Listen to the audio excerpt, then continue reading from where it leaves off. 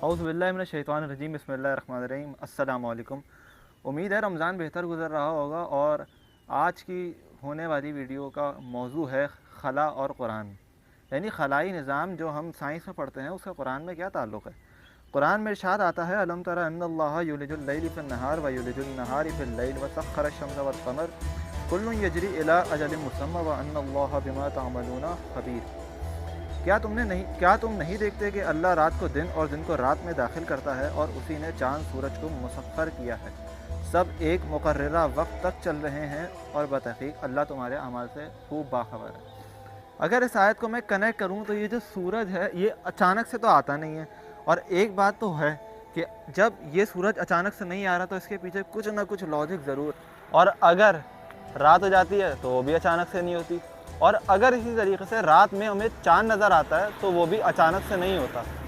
उसका रीज़न क्या है? उसका सिंपल सा रीज़न ये है कि ज़मीन का गोल शेप।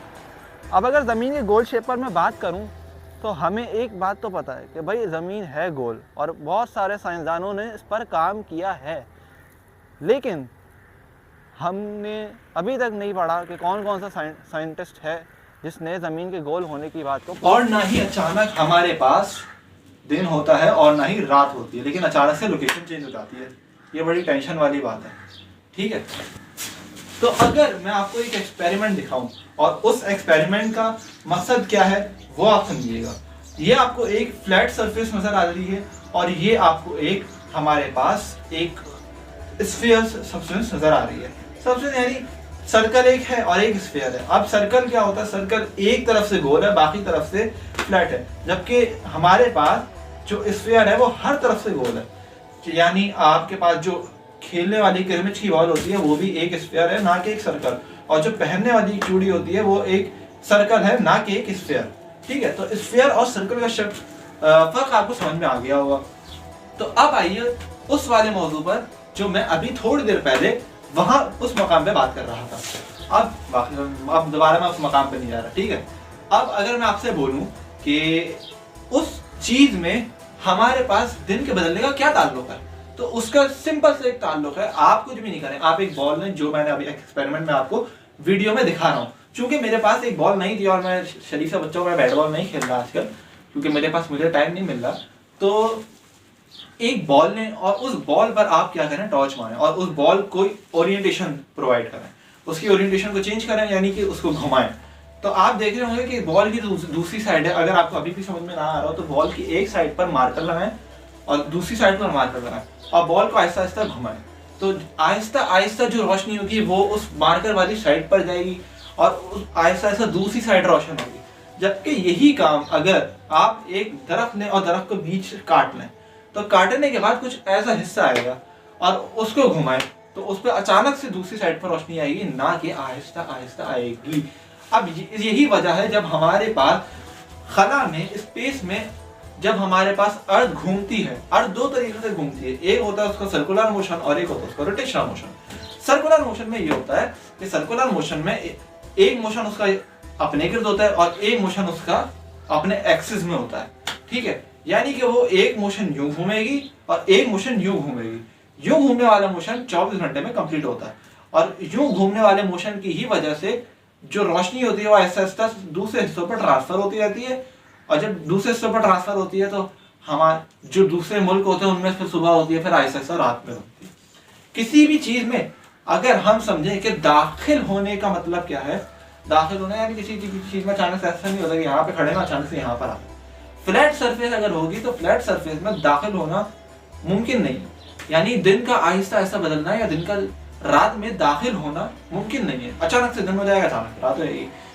ठीक, ये बिल्कुल इसी तरीके से हो जाएगा जैसे कभी कभार सोलर इक्लिप्स होता है और सोलर इक्लिप्स में अचानक से रात हो जाती है, अचानक से दिन हो जाता है।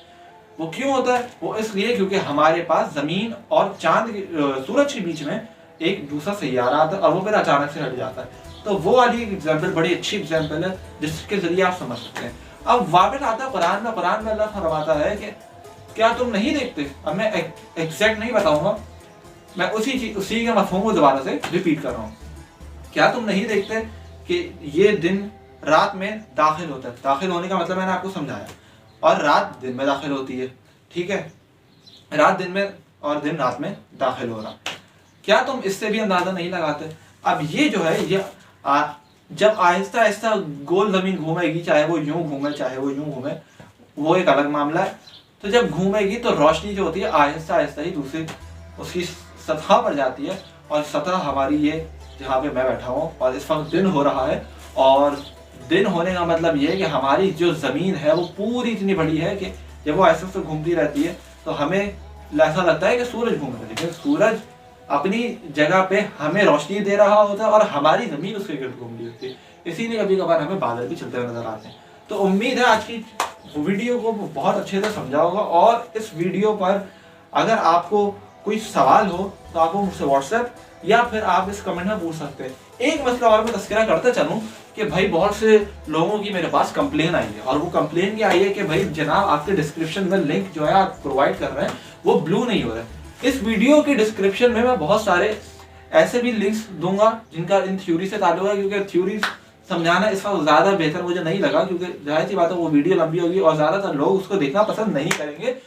इसलिए मैंने उस थ्योरीज के लिंक और उन साइंसदानों के नाम वगैरह, जैसे गैलीलियो हो गया, अल्बर्ट आइंस्टाइन हो गया, न्यूटन हो गया, और इसके अलावा हमारे पास कोपरनिकस हो गए, और ऐसे बहुत सारे मतलब साइंटिस्ट हैं जिन्होंने इस चीज़ पर काम किया है। हेलियोसेंट्रिक मॉडल भी अभी मैंने नहीं समझाया। हेलियोसेंट्रिक मॉडल मेरी कोशिश है कि मैं अगले उसमें वीडियो में मैं हेलियोसेंट्रिक मॉडल समझाऊंगा। तो उम्मीद है कि आपको ये समझ में आई होगी। मसला ये है कि अगर जब तक 100 तक मैं नहीं पहुंचाता, जब तक मेरे 100 सब्सक्राइबर नहीं आते तो मेरी वेरिफिकेशन कंप्लीट नहीं हो सकती। उसके लिए 100 सब्सक्राइबर्स का होना लाजमी है, और फिर मैं अपनी वेरिफिकेशन अपने फेस के जरिए कंप्लीट करूंगा, और फिर जब वेरिफिकेशन कंप्लीट हो जाएगी तो वो जो लिंक होंगे वो ऑटोमेटिकली सारी वीडियो पर एक साथ खुद ही ब्लू हो जाएंगे। वो जो लिंक ब्लू नहीं हो रहा है, यानी उन लिंक पर आप क्लिक कर रहे हैं लेकिन कुछ काम नहीं कर रहे वो लिंक, उसकी वजह ये है।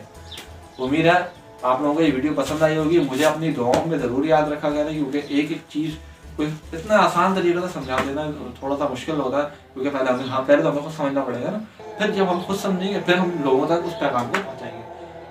मुझे अपनी दुआओं में और अपनी अफ्तार में और अपने अफ्तार के खजूरों में और शरबत में और फूलों में और पकौड़ों में और दही बड़ों में मुझे ज़रूर याद रखिएगा। अल्लाह हाफ़िज़।